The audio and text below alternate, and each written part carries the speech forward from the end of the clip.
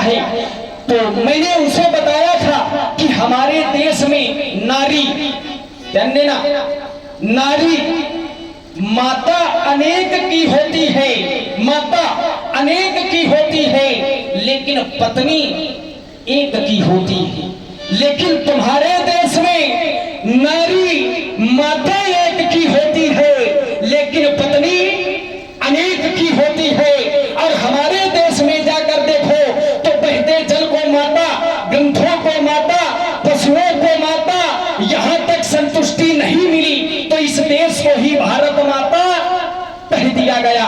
मिट्टी को माता, ये हमारी धरती माता जिसमें हम सभी खेल के बड़े हुए, बहते जल में गंगा माता, ग्रंथों में गीता माता, पशुओं में गाय माता, वृक्षों में तुलसी माता।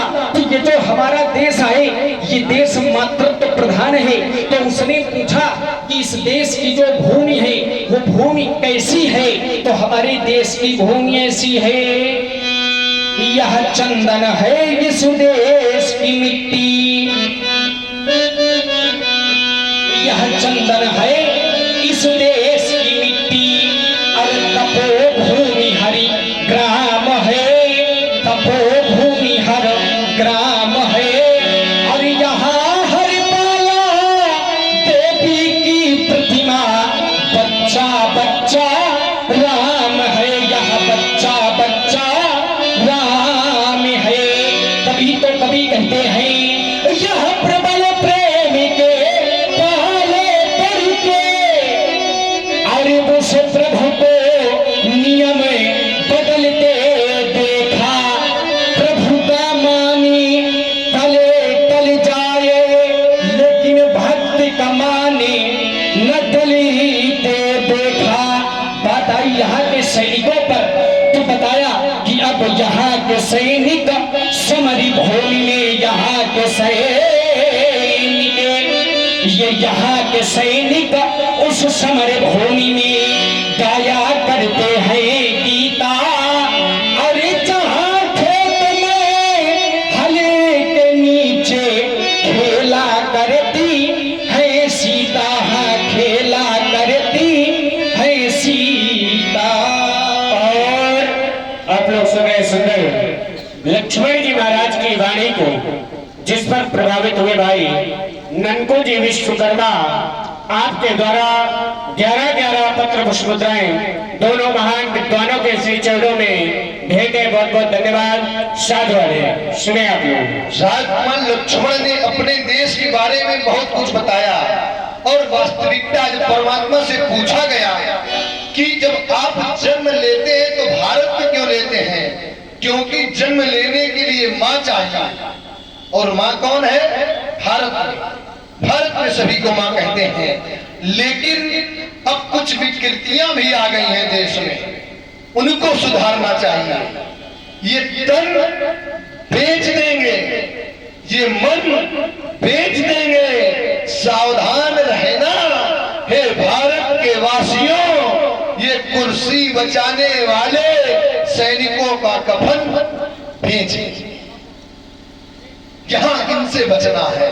और हमारा कहना है राजकुमार लक्ष्मण कि मानवता का धर्म निभाओ,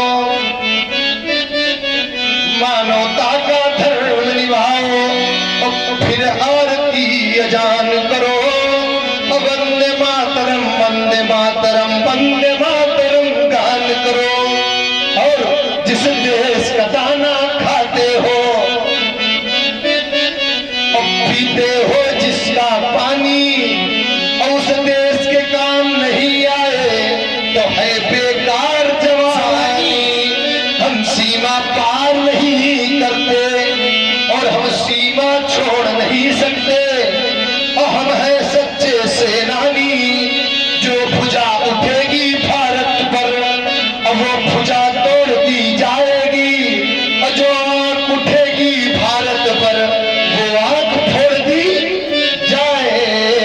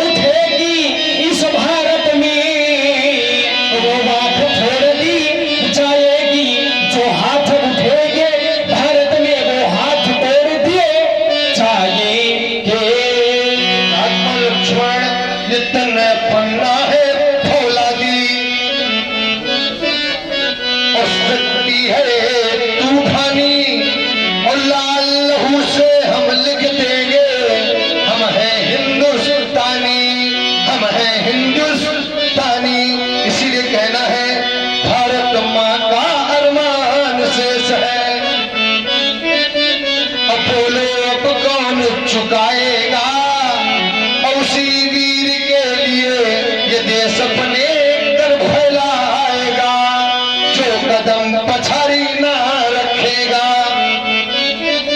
और सीमा पर मर जाएगा, उसी वीर के लिए ये देश अपने कर फैलाएगा।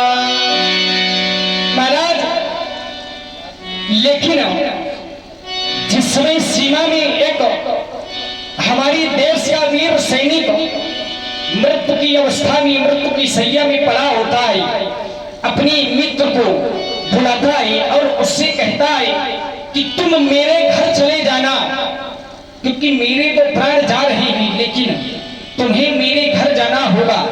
मेरी माता मिलेगी, मेरी पत्नी मिलेगी, पुत्र मिलेगा, मेरे पिताजी मिलेंगे, मेरे भाई मिलेंगे, लेकिन उनसे तुम्हें कुछ कहना नहीं है, केवल तुम्हें संकेतों में समझाना है। ये साथी घर जाके मत कहना, अब साथी घर जाके मत कहना, केवल संकेतों में समझा देना। हाँ, संकेतों में समझा देना, संकेतों में समझा देना।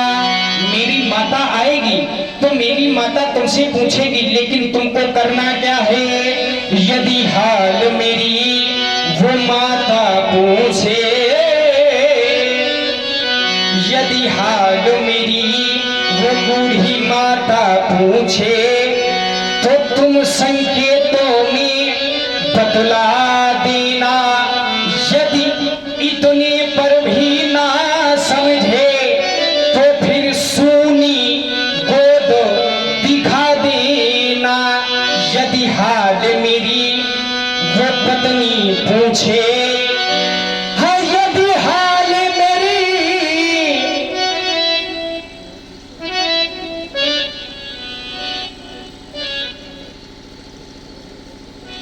और भाई आप लोग सुन रहे हैं सुंदर प्रस्तुति लक्ष्मण जी महाराज के श्री मुखारविंदों से।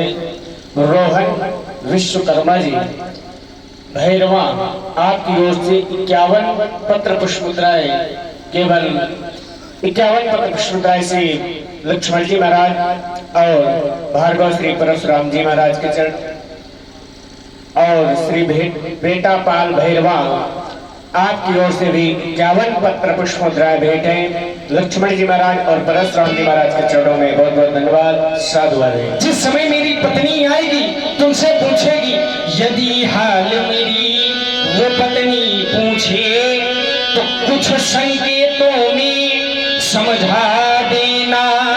पर इतने पर भी वो ना समझे तो फिर मांग सिंदूर मिटा देना। मेरे पिताजी आएंगे, यदि हाल मेरे, हाँ, वो पिता पूछे तो संकेतों में समझा देना। यदि तने पर भी ना समझे तो वह लाठी तोड़े दिखा देना। कहबो लखन मुनिशील तुम्हारा हो नहीं जा विदित संसारा। विश्वविदित मुनि यह शीले तुम्हारा, और को नहीं जानी सकली संसारा। सारा संसार पंडित जी के शील माने स्वभाव को जानता है, और यदि पूछ लिया जाए संसार के लोगों से कि क्या तुम केवल स्वभाव को जानते हो, तो केवल स्वभाव नहीं, ये संसार के लोग और भी कुछ जानते हैं। व्यास जी,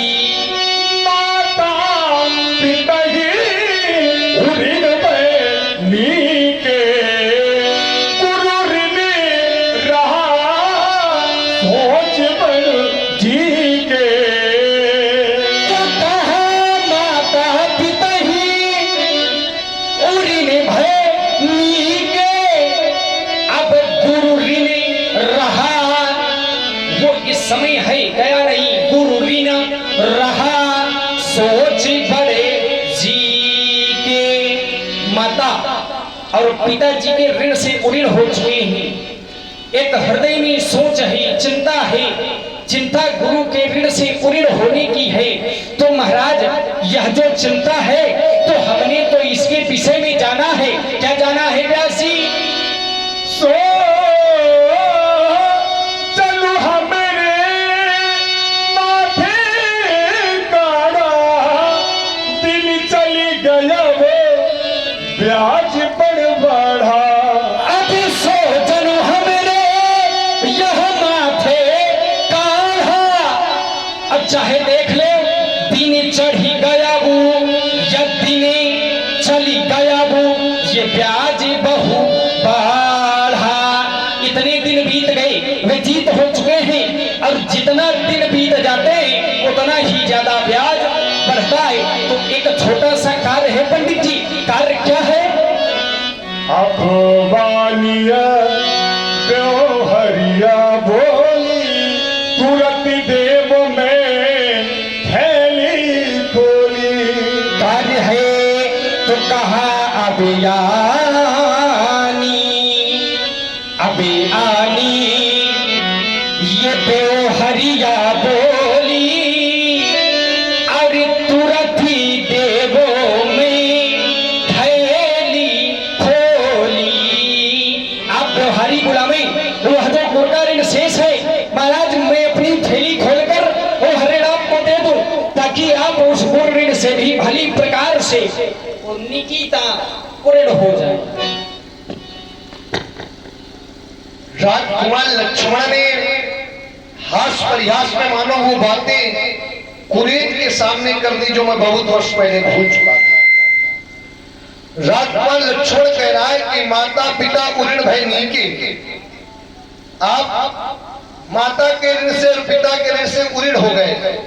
मैं विचार करने लगा, शास्त्रबाहु अर्जुन के पुत्रों ने मेरे पिता का वध किया और मेरी मां ने 21 बार अपने वक्षस्थल पर अपने मुष्टिका का प्रहार किया और राम राम कहकर मुझको पुकारा। मैंने आकर के माता के हाथों को पकड़ लिया और मैंने संकल्प किया कि मां, आपने 21 बार वक्षस्थल पर प्रहार किया है, मैं 21 बार ही धरती पर दुष्ट क्षत्रियों को विहीन कर दूंगा। मैंने विहीन किया, शास्त्रबाहु अर्जुन के पुत्रों का वध किया और पिता का शीश पिता के धड़ से मृत संजीवनी विद्या के माध्यम से जोड़ा और पिताजी को जीवित किया और सातवें ऋषि के रूप में प्रतिष्ठित कर दिया। मैं पिता के ऋषि से उऋण हो गया। माता के ऋषि कैसे उऋण हुआ गया? जब मैं छोटा सा था, हाँ मेरी मैया मुझे दूध पिलाती थी और जब कभी कभी मैं रोने लगता तो मेरी मैया भी रोने लगती थी। खिलखिला कभी मैं हंसने लगता तो मेरी मैया भी हंसने लगती थी। इतने में मेरे पिता ने आदेश दिया कि जाओ मैया का वध कर दो और मैं प्रेम पुजारी शामिल हूँ, पुर में मेरे आनंद भर दो।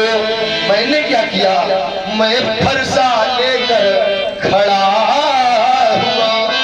हाँ मैया वरदान चाहती थी और मेरे हाथों से मर करके मेरा कल्याण चाहती थी। अंत समय में मैया ने हमसे कहा कि राम हमें वरदान दो। हमने कहा क्या? तो माता वरदान में कहती है कि लाल मेरे लाल कभी दूध न लजाना लाल, हाँ लाल मेरे लाल कभी पीठ ना दिखाना लाल, लाल मेरे लाल कभी सेवा ना करना लाल, लाल मेरे लाल कभी औषधि न लाना लाल, लाल मेरे लाल कभी पीठ ना दिखाना लाल। मैंने माता माता का वध किया, मैया का वध किया, अपने भैया का वध किया, पिता को प्रसन्न किया। पिता ने कहा राम वरदान मांग लो। मैंने मैया और भैया के जीवन की याचना की और हमारे मैया और भैया पुनर्जीवित हो गए। तो मैं माँ के ऋण से पूरित हो गया। शेष ऋण रह गया है गुरु भगवान शंकर का। वो कौन सा ऋण है? एक बार भगवान शंकर ने हलाहल इसका पान किया, कहा राम एक बार मेरे गुरुवर ने और मुझसे शेष शीश मांगा, मैं क्षीर सिंधु के तट पहुंचा तो मुझे देख कर वो भागा।